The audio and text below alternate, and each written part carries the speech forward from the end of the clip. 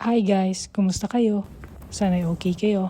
In today's video, you got it right, magtatagalog ako. Kasi ang aking work bestie, sabi niya, ano ba yan, hindi ko na naman maintindihan yung mga vlogs mo. Kaya eto na po. Besh, patawad po. Kanina, ewan ko saan galing, randomly, she asked me. Tinanong niya if masaya ba ako sa ginagawa ko.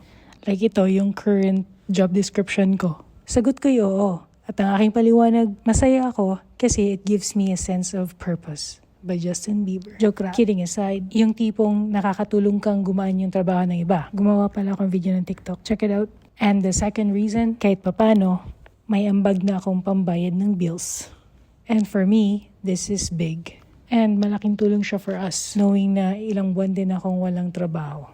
Tambay. Pero valid naman yung pagkatambay ko.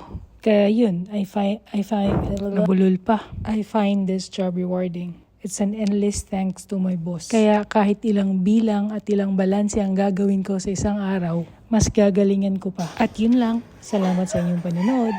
Ingat. Bye-bye.